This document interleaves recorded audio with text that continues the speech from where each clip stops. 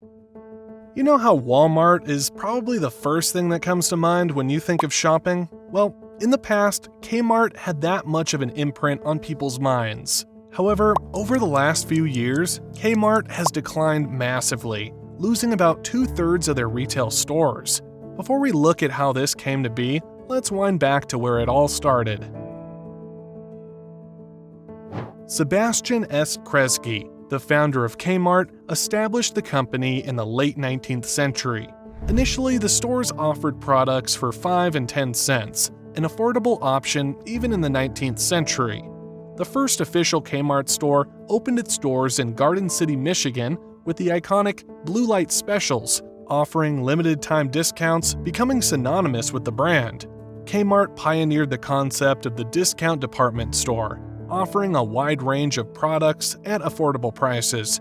The strategy proved successful, and Kmart continued to grow, becoming one of the largest retail chains in the United States during the 1970s and 1980s. The Kmart stores rapidly expanded, and by 1977, they accounted for almost all of Kresge Company's sales, leading to an official name change to the Kmart Corporation in the late 1980s. By 1990, the well-known Kmart logo emerged, coinciding with the introduction of Super Kmarts and Big Kmarts. In the expansive wave of the 1980s and 90s, Kmart surged in growth, not only opening new stores, but also making strategic acquisitions, including the Walton Book Company, OfficeMax, Sports Authority, and Borders. This strategic expansion propelled Kmart to the zenith of retail success in the United States.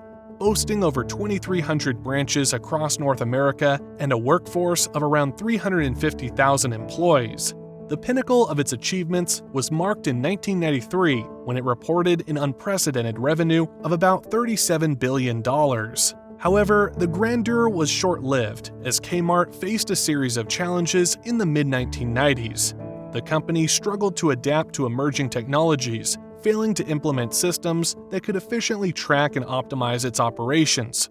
Despite hefty salaries for Kmart chief executives, the reality within the stores painted a stark contrast. Shelves stood empty, cash registers were outdated, and the carpets bore the wear of time. The financial health of Kmart was also a cause for concern. From 1990 to 2002, the company witnessed a staggering drop of nearly $10 billion in yearly sales. In a bid to stay afloat, Kmart took drastic measures, selling off all of its other businesses and shedding 200 of its own stores. Despite these efforts, the company found itself deeply entrenched in debt, struggling not only to keep its shelves adequately stocked, but also to meet timely payments to its suppliers. One of Kmart's significant challenges was aligning sales with distribution, an ostensibly simple task that turned complex when multiplied across thousands of stores and items. The logistical intricacies involved in maintaining a streamlined supply chain for such a vast retail network proved to be a daunting challenge. In a high-stakes gamble, Kmart placed its bets on the 2001 holiday season. Seeking to rival Walmart's iconic always low prices mantra, Kmart's newly appointed CEO, Charles Conaway, initiated a bold move. Prices on over 50,000 products nationwide were slashed. The strategy, however, backfired as Kmart suppliers struggled to keep up with the sudden demand, and Walmart responded by further reducing their prices. Concurrently, the formidable rise of Walmart posed intense competition, and by 2002, Walmart surpassed Kmart, claiming the position as the second-largest retailer in the United States. A lifeline emerged in the form of hedge fund operator Eddie Lampert, who orchestrated a dramatic rescue. Lampert, purchasing all of Kmart's debt, orchestrated a groundbreaking $11 billion merger with Sears. The ambitious vision behind this union was to create a retail powerhouse capable of rivaling Walmart, marking a significant chapter in the evolving narrative of American retail giants. Eddie Lampert's strategic maneuver initially appeared promising, but a significant downturn hit in 2008 with the collapse of the economy. The ensuing financial crisis caused a sharp decline in consumer spending, reaching levels not witnessed since the Great Depression. This economic upheaval prompted retailers, including Kmart, to adopt desperate short-term strategies. As noted by the marketplace website, retailers resorted to deep discounts to buoy their financial standings, fostering a consumer mentality accustomed to perpetual sales. Simultaneously, the rise of e-commerce, led by the dominance of Amazon, transformed the way consumers sought and secured the best deals, fundamentally altering the retail landscape. The Great Recession, coupled with the disruptive force of Amazon, proved insurmountable for many retailers, including the newly merged Sears Holdings. Despite concerted efforts to weather the storm, the company faced the harsh reality of the evolving retail environment. The marketplace had shifted, with consumers perpetually seeking discounts, and e-commerce becoming the preferred avenue for deal hunting, especially with the ease of online shopping. In the face of these challenges, Sears Holdings, the result of the Kmart and Sears merger, fought tenaciously to survive. However, despite its best efforts, the company succumbed to the pressure, ultimately declaring bankruptcy in October 2018. How did Kmart fall behind its competitors, you may ask? Kmart's failure to embrace new technologies left it vulnerable to competition, especially from Walmart, a retail chain born in 1962, coinciding with Kmart's peak success. Some attribute Kmart's downfall to its strategic missteps, particularly in acquisitions. Instead of investing and upgrading its physical stores, Kmart opted to acquire unrelated brands like the Walton Book Company and OfficeMax. The assumption was that these acquisitions would attract customers even if the shopping experience lacked smoothness or aesthetic appeal. Unfortunately, this strategic choice proved to be a miscalculation, contributing to Kmart's challenges. Furthermore, Kmart struggled to clearly define its market, a critical aspect where its rivals excelled. While some competitors effectively communicated their target audience and value propositions, Kmart faced challenges in articulating a distinct market position. This lack of a defined market identity likely played a role in the company's decline, as consumers turned to competitors with clear brand messaging and value propositions.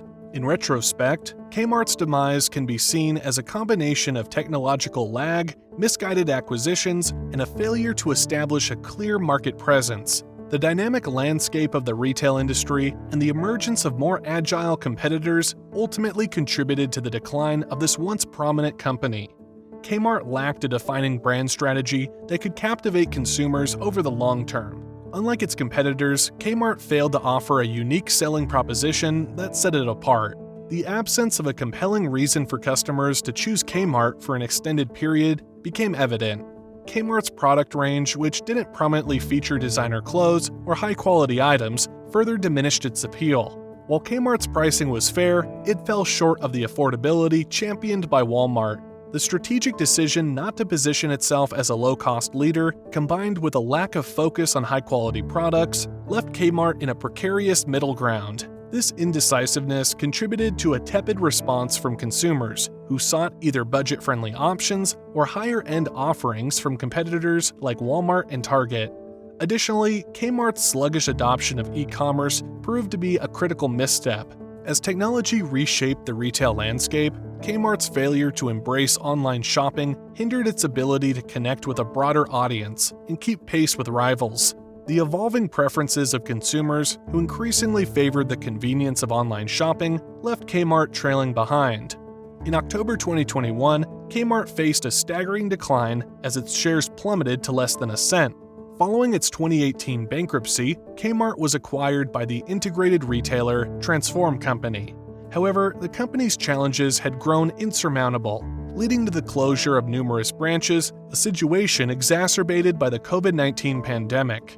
As of February 2022, Kmart operates fewer than 20 stores, with 6 in the continental United States. Despite being a mere shadow of its former self, a few Kmart branches have managed to survive. While Kmart is gradually fading from the US retail landscape, it surprisingly thrives in Australia. The combination of on-trend products and low prices has resonated with Australian consumers. Social media has played a crucial role in boosting Kmart's image, with hashtags like Kmart Styling and Kmart Addicts Unite gaining traction. thousands of consumers share photos of their latest Kmart purchases, contributing to the retailer's continued popularity in Australia. Kmart's success story in Australia is credited to former chief executive Guy Russo, who, as quoted, took a bloated business model with no clear strategy, too many products, and a confusing price structure and turned it into a profitable purveyor of cut-price chic. Thanks to Russo's transformative efforts, Kmart in Australia evolved from a zero-profit scenario to generating millions of dollars in sales. While Kmart thrives down under, Americans are preparing to bid farewell to one of the iconic retailers that emerged from the 1960s.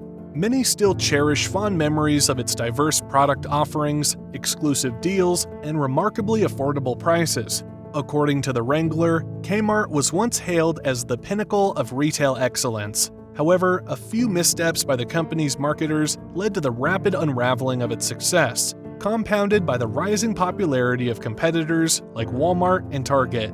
Despite Kmart's fervent attempts to regain ground against these formidable rivals, it proved to be too little, too late. Kmart stands as a cautionary tale, emphasizing the consequences of a business failing to define itself and adapt to new technologies.